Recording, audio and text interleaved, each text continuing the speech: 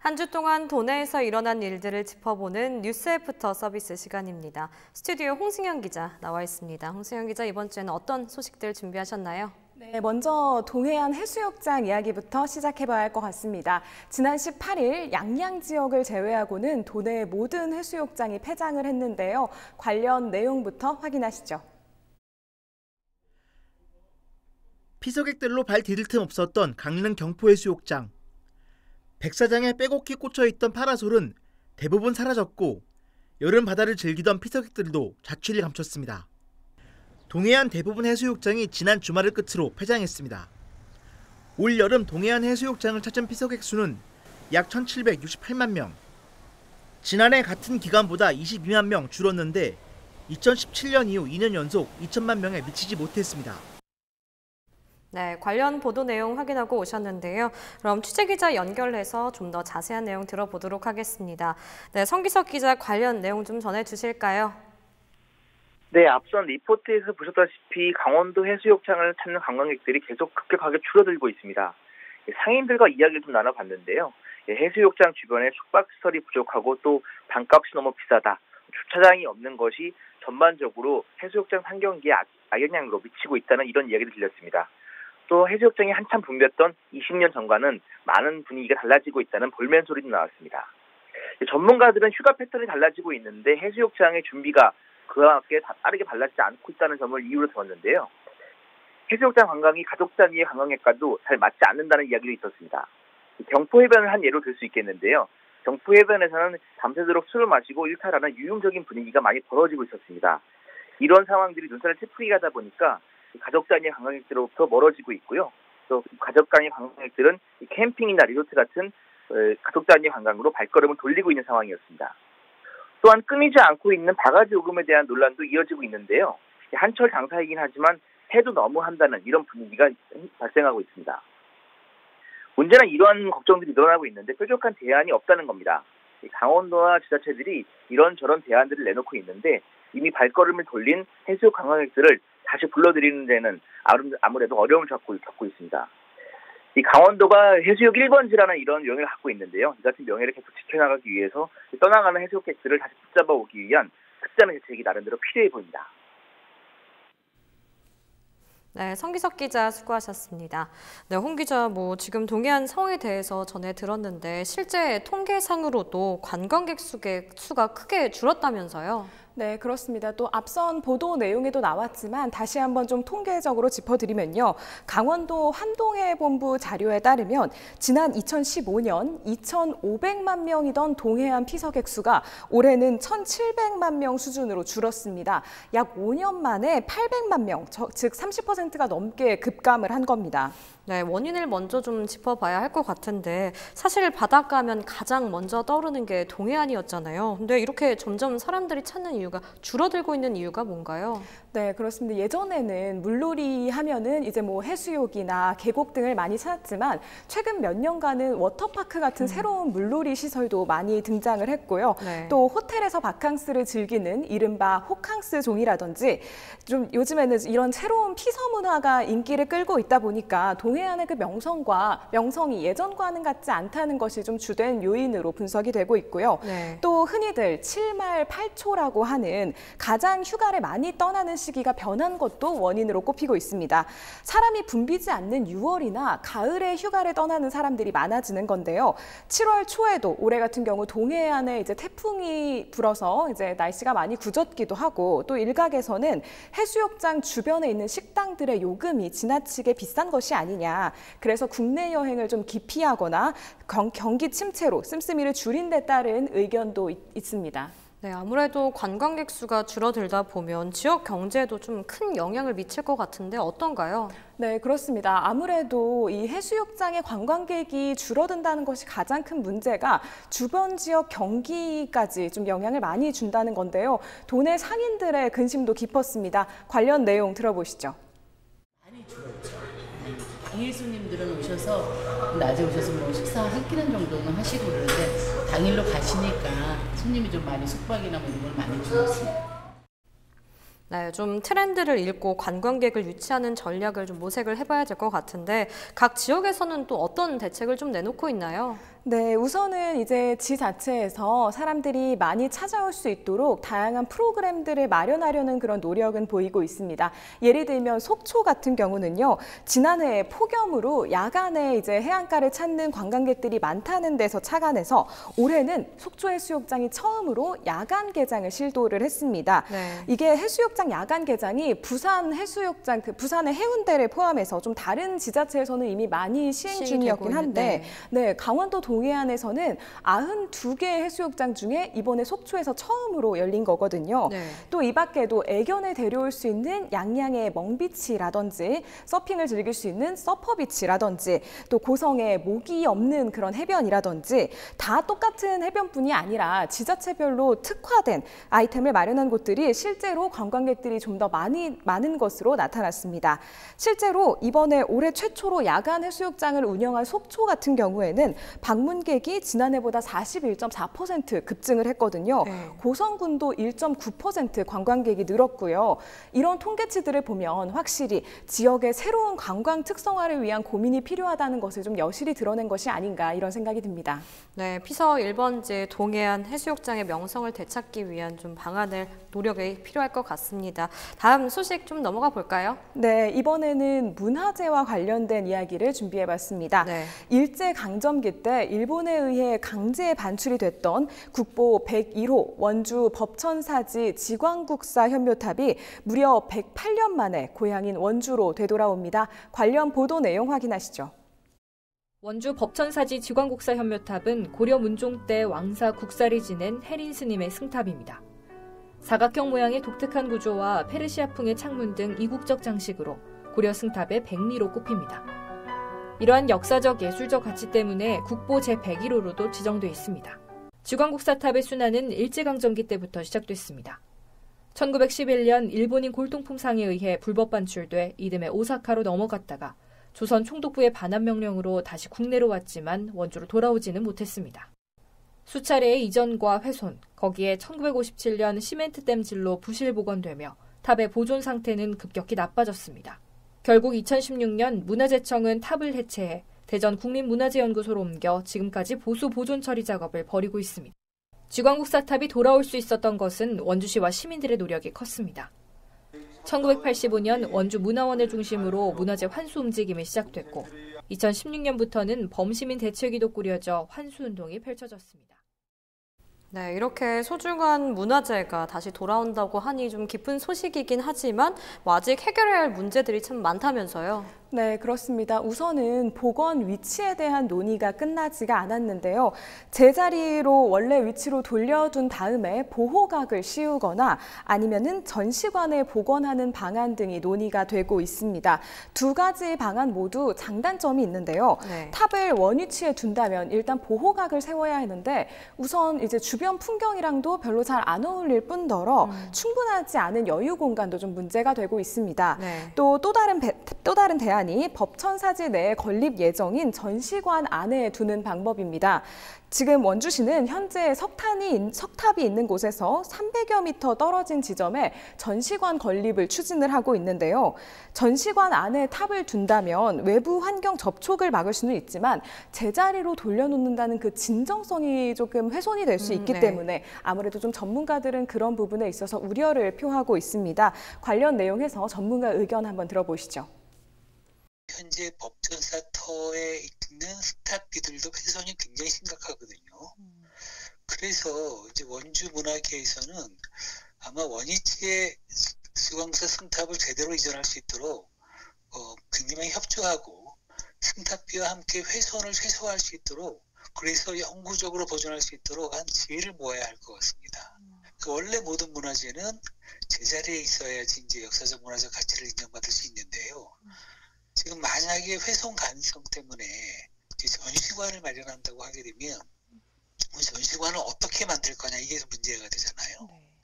그러니까 지광국사 승탑과 승탑비를 모셔서 보존하면서 연구할 만한 아마 역사적, 학술적, 예술적 가치가 높은 그런 전시관을 조성해야 되는데 아마 그런 전시관이라고 하면 거의 가칭 국립원주박물관급 그런 정도는 돼야지 되지 않을까요?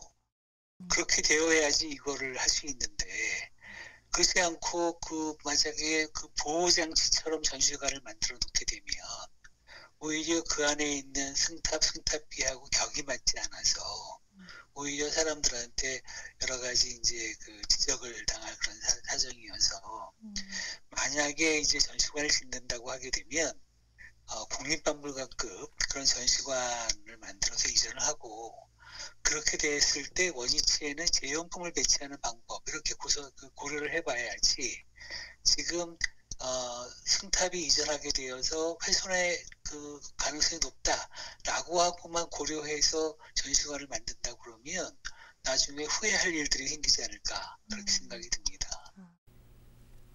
네, 원주시는 위치 결정을 위해서 문화재청과 용역 연구를 할 예정인데요. 이르면 올해 11월 달이면 최종 복원 위치에 대한 결정이 나올 예정입니다. 네, 지광국사탑은 이렇게 원주인 고향으로 돌아오게 됐지만 여전히 타향살이를 하고 있는 많은 문화재들이 많다면서요, 아직? 네, 그렇습니다. 원주 시민들이 약 30년이 넘게 문화재 환수 운동을 벌이고 있는데요. 네. 지금 원주에서 반출된 문화재 8점 중에 지광국사탑 1점만 돌아온 상황입니다. 거돈 법천사지와 약 3km 정도 떨어진 거돈사지에 원공국사 승묘탑이 있는데 이것도 아직까지 돌아오지 못한 문화재 중에 하나입니다. 일제시대 때 일본에 빼앗겼다가 광복 후에 다시 찾았는데 지금은 국립중앙박물관에서 이제 자리를 잡고 보존을 하고 있습니다. 네. 지역 문화계와 시민단체들을 중심으로 이제 계속해서 좀 문화재를 환수하려는 노력은 벌였었는데요. 지난 2007년에 재현품이 들어온 것으로 지금 상황이 좀 종료가 됐습니다. 네. 또 이 밖에도 국보 104호인 전 원주 흥법사지 영거 화상탑과 보물 제358호 원주 영전사지 보제존자탑 등도 아직까지 국립중앙박물관에 남아 있습니다. 아무래도 이제 문화재를 원래 자리에 되돌아놓는 것이 굉장히 좀 중요한 의미를 많이 가지고 있다고 전문가들은 조언을 했는데요. 한번 같이 들어보시죠. 그래서 지금까지 전국 각지에서 발굴되거나 수집된 문화재들은 대다수 이제 중앙에 보관되어 있었는데요. 원주시와 원주 문화권에서 발굴된 국보급 보물급 문화재들도 주로 이제 춘천 국립박물관이나 용산에 있는 국립중앙박물관에 소장하면서 전시되어 왔습니다. 그러다 보니까 원주의 역사와 문화가 원주 학술계에서 원래 모습만큼 연구되지도 못해왔고요.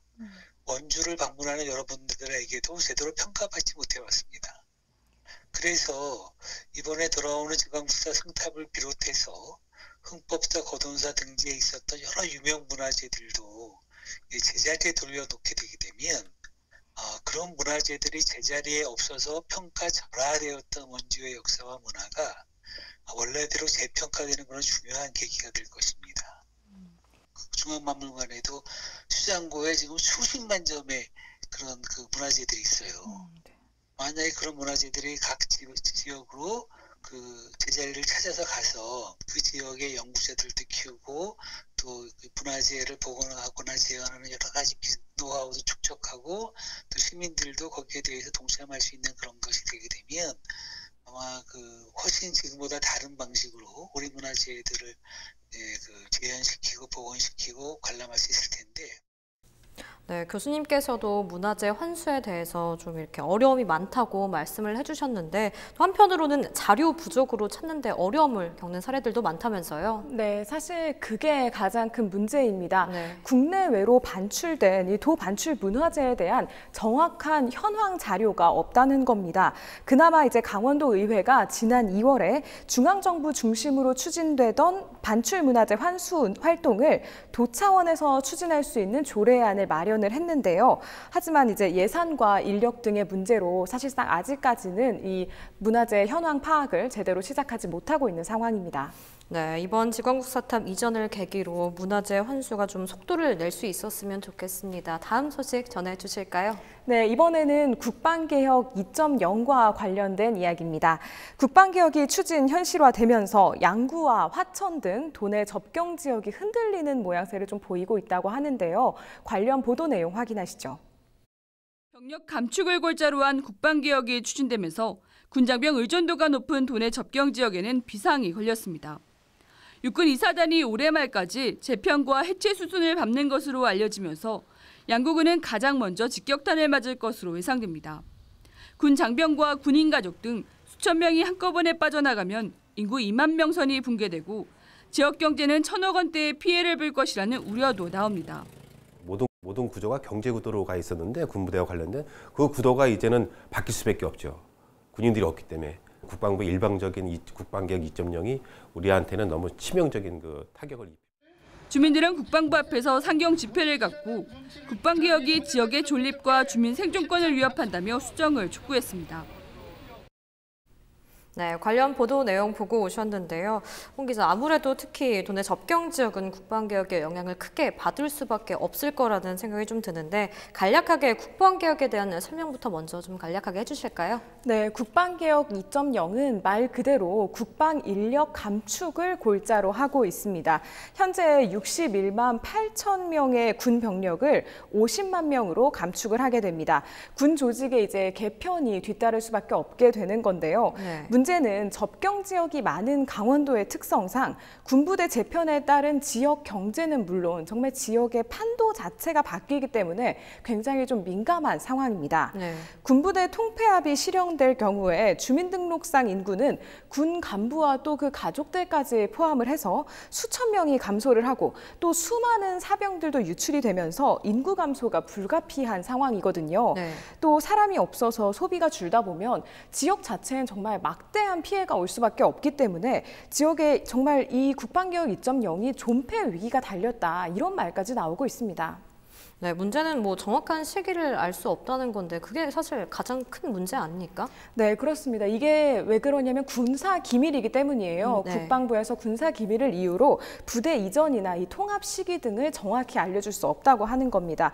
그러다 보니까 이제 화천이나 철원과 같이 군 의존도가 높은 지역에서는 불안감이 점점 더 커질 수밖에 없는 그런 상황이거든요. 네. 사실 강원도는 그동안 좀 광범위한 군사 시설로 인해서 지역 주민들의 재산권 행사에도 많은 제약이 잇따랐던 만큼 그에 대한 보상으로 좀 군부대에 기댈 수밖에 없는 것이 지금까지의 좀 현실이었었거든요. 네.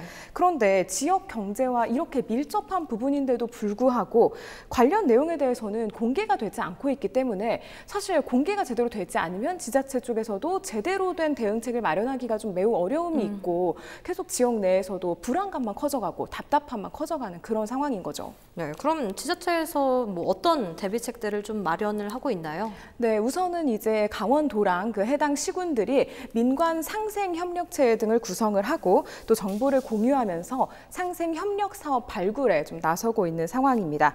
또 각 시군 단위에서도 좀 각종 지원책으로 인구 감소를 막아보려는 흐름을 보이고 있어요. 네. 양구군 사례로 먼저 말씀을 좀 드리면요.